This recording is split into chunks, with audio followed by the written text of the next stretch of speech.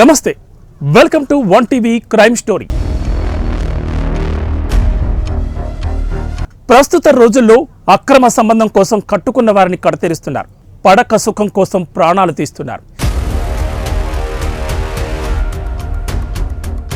ఇలాంటి ఘటనలు నిత్యం పెరుగుతూనే ఉన్నాయి. తాజాగా భద్రాద్రి కొత్తగూడెంలో కూడా ఇలాంటి ఘటనే చోటు చేసుకుంది. ఓ భార్య తన భర్త ప్రాణాలు తీసి సంచలనం రేపింది. తన సుఖం కోసం భర్తను ప్లాన్ చేసి మరీ చంపింది. ఫిబ్రవరి 13వ తేదీన జరిగిన ఈ హత్య కేసును పోలీసులు ఛేదించారు.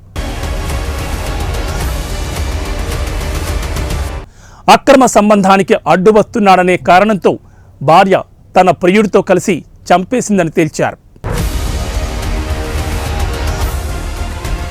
పాల్వంచ టౌన్ పోలీస్ స్టేషన్ పరిధిలోని పేట చెరువుకు చెందిన పుట్టల నరేష్ గత నెల 1వ తేదీన మృతి చెందాడు. ఆ వ్యక్తి మృతిపై అనుమానం వ్యక్తం చేస్తూ అతని తల్లి పుట్టల చుక్కమ్మ పోలీసులకు ఫిర్యాదు చేసింది. కేసు నమోదు చేసిన పోలీసులు పేట చెరువు శ్మశానంలో పూడ్చిపెట్టిన మృతదేహాన్ని వెలికితీసి పంచనామా పోస్టుమార్టం నిర్వహించారు. కేసు దర్యాప్తులో లభించిన ఆధారాల ఆధారంగా ఇద్దరు వ్యక్తులు గద్దల సాంబశివరావు, తాటి నరేష్ను పోలీసులు అదుపులోకి తీసుకుని విచారించారు. విచారణలో మృతుడు నరేష్ భార్య రజితకు, ఈమె బావ గద్దల సాంబశివరావుకు మధ్య అక్రమ సంబంధం వెలుగు చూసింది.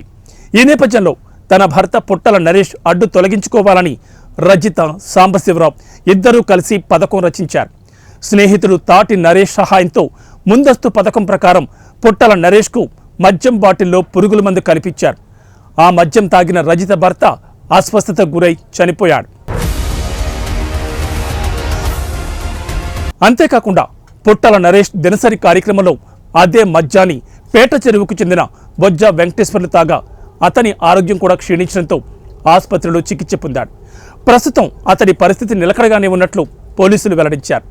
ఈ కేసులో ముగ్గురు నిందితులు గద్దల సాంబశివరావు, తాటి నరేష్, పుట్టల రజితను పోలీసులు అరెస్ట్ చేసి రిమాండ్కు తరలించారు. ఇది ఇవాటి క్రైమ్ స్టోరీ. మరో క్రైమ్ స్టోరీతో మళ్ళీ కలుద్దాం. నమస్తే.